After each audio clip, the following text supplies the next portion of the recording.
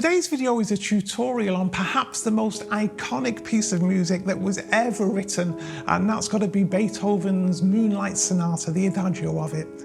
I'm sure there's nobody on the planet who's not really heard this, and maybe some people might know what it's called, but as soon as they hear the opening notes, it strikes a chord. Of course, the sheet music to it is available on IMSLP, so do spend a little time looking on there to find the edition that you like, because there are lots of different editions of it. The edition I've got here is, I think it came free with my version of 4Score when I downloaded it all those years ago. The piece itself is a real study in legato playing and basically barely departs from a pianissimo marking all the way through. Now, Beethoven marks this as senza sordini, which translates, as far as I can see, as without dampers. In fact, in my score, the full text is something like, this piece is to be played very delicately all the way through and without dampers. And to make this even more clear, the left hand also has a marking that says always pianissimo and without dampers. I've heard therefore some people claim that this piece should be played with us putting the pedal down at the beginning and not releasing it again until the end. And maybe this is what Beethoven meant when he put that marking in the score all those years ago. However, let's not forget that the piano that he had nothing like the sustaining power of a modern piano. And to my mind, if we leave the pedal down and don't release it at all, it very, very quickly just sounds like noise. So I think on a modern piano, it's safe to say that we are going to use the pedal very frequently and change it very frequently. But of course, that's not to say that we might not like a little bit of ambiguity in the harmonies every now and then. Down to you to see, really. Now, before we get into how we're going to practice the notes, I'd just like to give a quick word on legato fingering, and I think this is really important for those of us with smaller hands. You can see in the score that I've got that it suggests legato fingering. It quite often suggests using 1 and 4 on octaves as well as 1 and 5. In fact, in one place there's even 1 and 3 on an octave. And you know, if you've got larger hands, that's probably okay. But if you've got smaller hands, keeping them outstretched constantly all the way through the piece is likely to lead to tension. And frankly, I think in this piece, given that the instruction is to use the pedal, it's really not necessary to do that at all. And you might be interested to know that Dorothy Taubman was very much against using 1 and 4 on octaves because she believed that caused the hand to twist, which is not a good position to play in piano. To my mind, we always have more control when we're playing when our hands are relaxed and they're not stretched and they're not tense. And given we're going to use the pedal, I'm not really going to obsess about maintaining legato in the fingers. Which is not to say that I don't do it sometimes, but I don't try to force it on every bar and every measure that we go through. So my advice to you is, pay close attention to how your hands feel. If you're starting to feel that they're stretched, or if you feel there's any buildup of tension, think about whether you should be releasing some of these melody notes and relying on the pedal to connect them for you. As always, I'm going to use my 4-step method of discover, divide, conquer and integrate for this tutorial. And here I think we've got 4 main sections that we can think of to learn it in. And of course, the breakdown will be in a free set of practice notes that you can download. The link's in the description for you. So let's start off with the first section. The first 4.5 measures basically are the iconic introduction we all know and love. And I treat these as a single snippet. Perhaps the first piece of advice I'd give is that if you intend to memorize this piece, then start doing so straight away.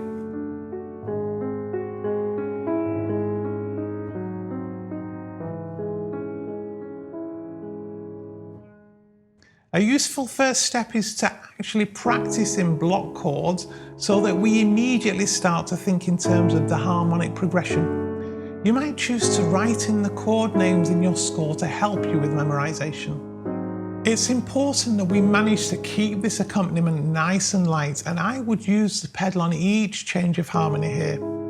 I'd also ensure we don't try to play this entirely with the fingers. Keeping the wrist supple will lead to a better execution. Also, I think it sounds better if we avoid marking the triplets as we might in other pieces. I've heard some pianists do play in this way, however I think most don't. Our next snippet introduces the melody. The accompaniment is written in eighth note triplets, however the melody is written as a simple dotted eighth note followed by a 16th note. Thus we need to ensure that this 16th note sounds after the last triplet in the set. We can also see that the first triplet is almost always an octave below the melody. This means that we need to voice the top note much more than the lower accompaniment, and I recommend we spend some time practicing just the octaves and omitting the remaining triplets initially. Next, as a way of testing our fingering for comfort, we can again use block chords initially. Test out whether using 2, 3 or 4 for the middle note fits your hand best. Pay particular attention to how your hand feels, as it will also give a good clue as to whether you need to work on releasing the melody note early to keep the accompaniment under control. The last thing to say about this snippet is the exception that proves the rule. In measure 8, where the interval between the melody and the lower triplet is a ninth rather than an octave, my score recommends using the thumb to play both the A and the B naturals here. I tried to do this for a long time, however ultimately I found that whilst I can sort of do it, the fact that I have what for me is a big stretch made hitting the B natural correctly was never consistent. I then saw a video of Daniel Barenboim playing this, and his solution is to simply take that bottom note with the left hand rather than the right. Now I'm sure he can reach a ninth, but I'll bet he finds he gets a better result when he avoids needing to stretch. So spend some time yourself looking at this. If you find a ninth a little stretchy, experiment with redistributing. This is what I now do, and whilst at first it feels a little more difficult, it quickly becomes a better solution.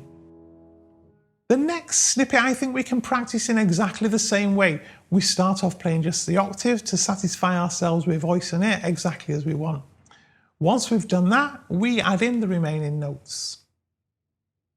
In our next snippet, we have the challenge again of a ninth stretch.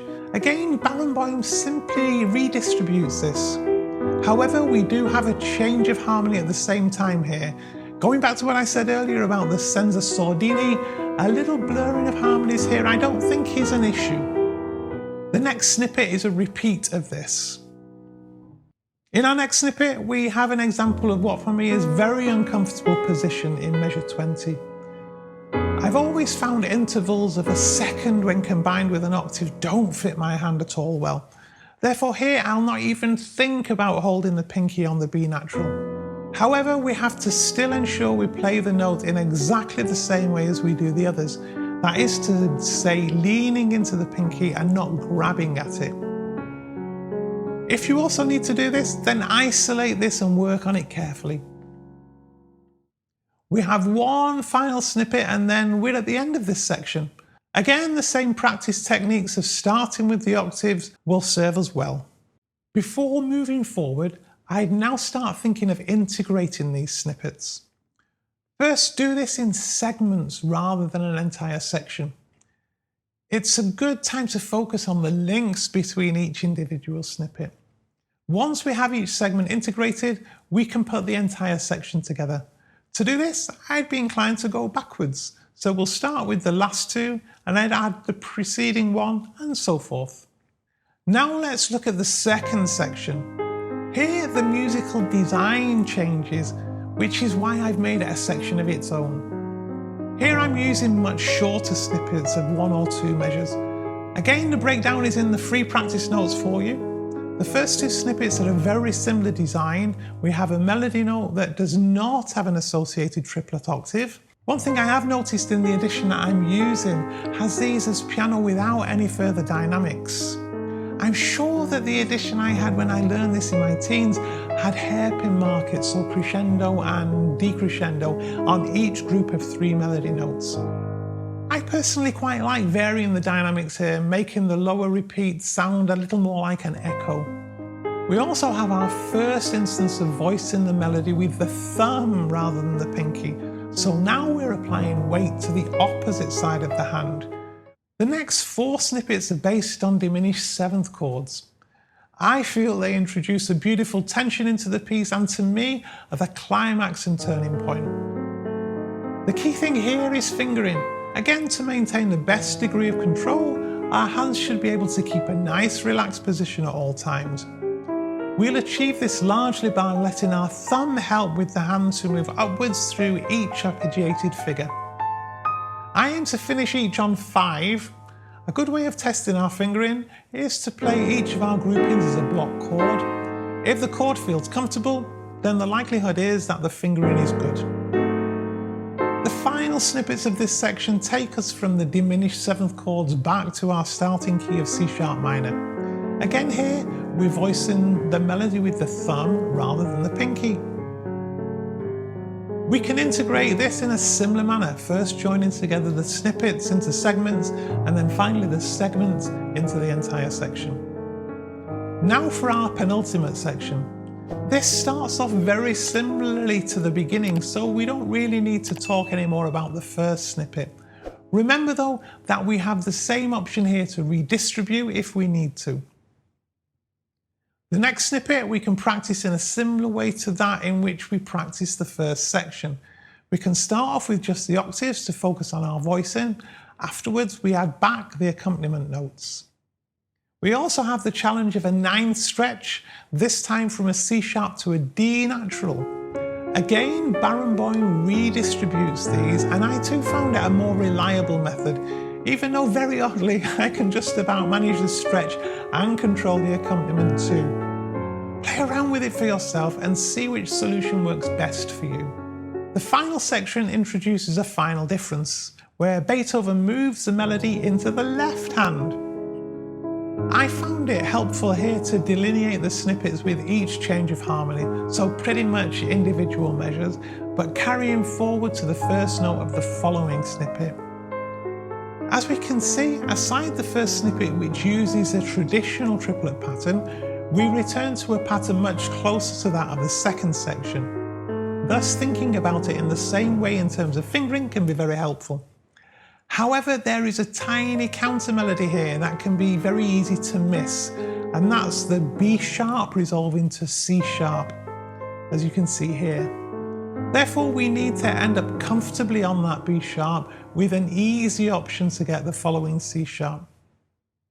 As for the final segment, which sees us with both hands in the bass clef, basically moving down a C sharp minor set of arpeggios, you might want to think about how you would pedal it. In the lower registers, resonance can build up quite quickly and a muddy sound often results. However, thinking back to the Senza Sordini, this might be in fact what we prefer to do. Personally, I tend to partial pedal here with each arpeggio to release just some of that resonance to stop it building too much. The final recommendation Beethoven gives us, of course, here is to attacca subito il seguente, which I interpret as avoiding any kind of ritardando in these final chords. We now have our 4 different sections under control, and it's simply a case of putting them together. Again here, I'd start from the end and work forwards, adding one section at a time. I hope these practice tips then will help you start working through this beautiful piece of music. And if you're not already, please do subscribe to Tommy's Piano Corner for more tutorials like this. Don't forget to hit that little bell icon so you're notified of these videos as and when they're released. I do thank you very much for watching today and look forward to seeing you very soon.